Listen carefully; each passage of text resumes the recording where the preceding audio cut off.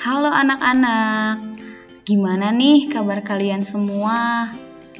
Miss yakin semuanya dalam keadaan sehat dan baik-baik saja. Oh ya anak-anak, hari ini kita mau belajar tentang kalimat baku dan kalimat efektif.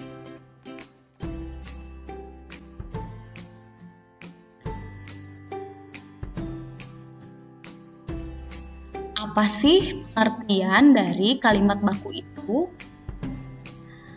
Nah, kita bisa lihat sama-sama pengertian dari kalimat baku.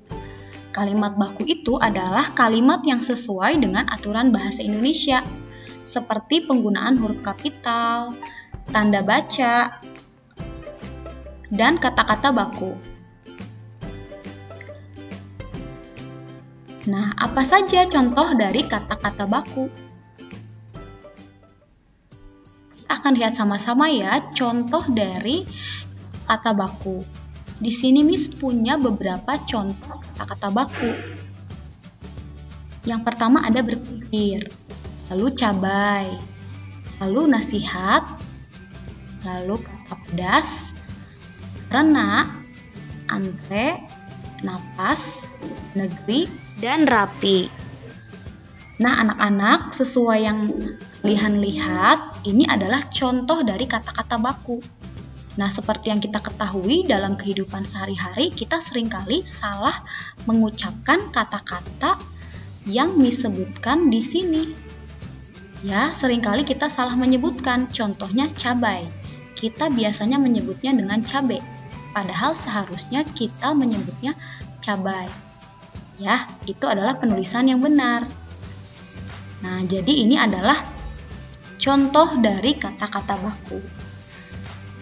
Oke, setelah kita tahu contoh dari kata-kata baku, kita mau membuat kalimat baku dan tidak baku. Di sini Miss punya contoh.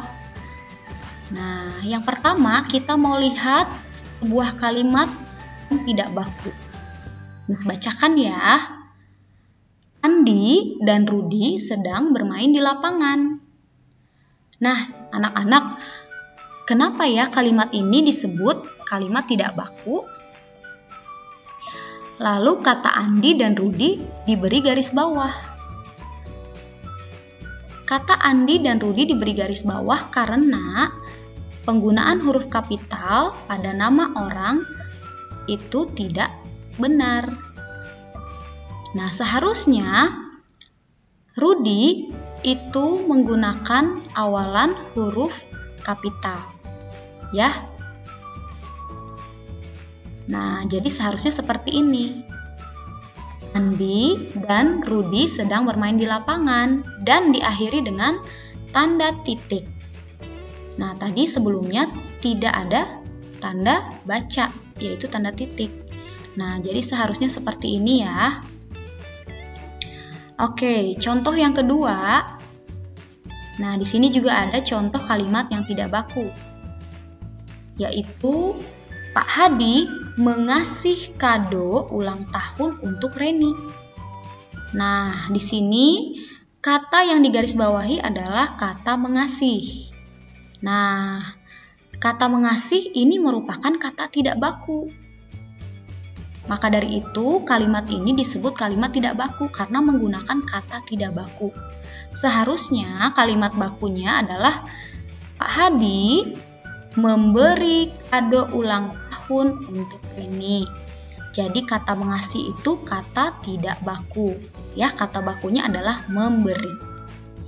Oke, anak-anak sampai sini Miss harap kalian paham ya.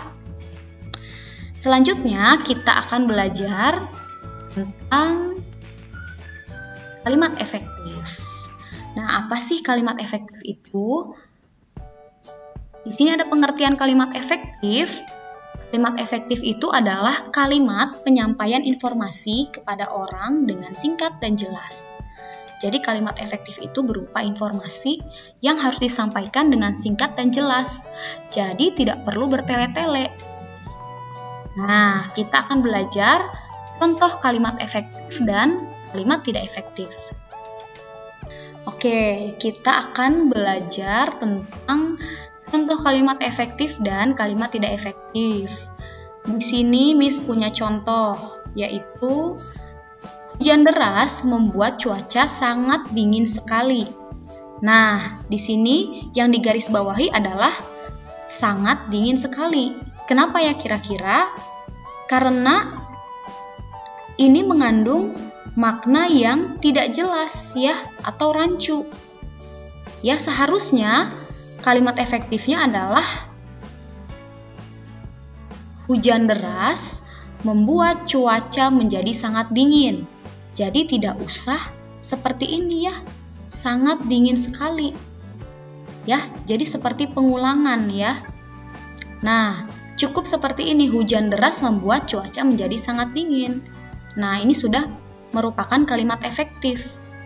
Ya, informasinya sudah jelas ya. Seperti itu. Lalu di sini ada contoh yang kedua. Contoh yang kedua adalah Desi dan Ratna saling tolong-menolong menutup jendela rumah karena hujan tiba-tiba turun. Nah, di sini saling tolong-menolong diberi garis bawah. Karena membuat kalimat ini tidak efektif. Ya, kita lihat seharusnya seperti apa. Desi dan Ratna tolong-menolong menutup jendela rumah karena hujan tiba-tiba turun. Jadi tidak usah menggunakan kata saling. Ya, karena sudah cukup jelas ya. Seperti ini, Desi dan Ratna tolong-menolong menutup jendela rumah karena hujan tiba-tiba turun.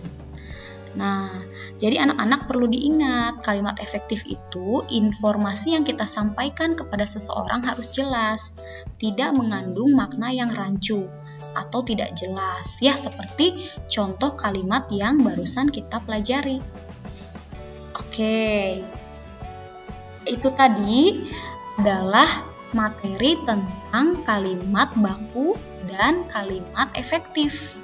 Nah, anak-anak di sini Miss punya tugas ya. Kalian silahkan menyelesaikan kedua soal ini ya.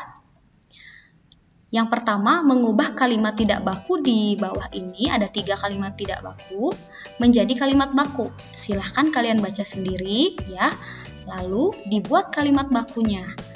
Yang kedua, mengubah kalimat tidak efektif di bawah ini menjadi kalimat efektif. Di sini ada 2 kalimat tidak efektif, silahkan anak-anak ubah ke dalam kalimat efektif. Nah, anak-anak, cukup sekian pembelajaran hari ini. Jangan lupa dipelajari lagi, diulangi lagi supaya kalian lebih paham ya. Dan jangan lupa menyelesaikan tugasnya. Terima kasih anak-anak.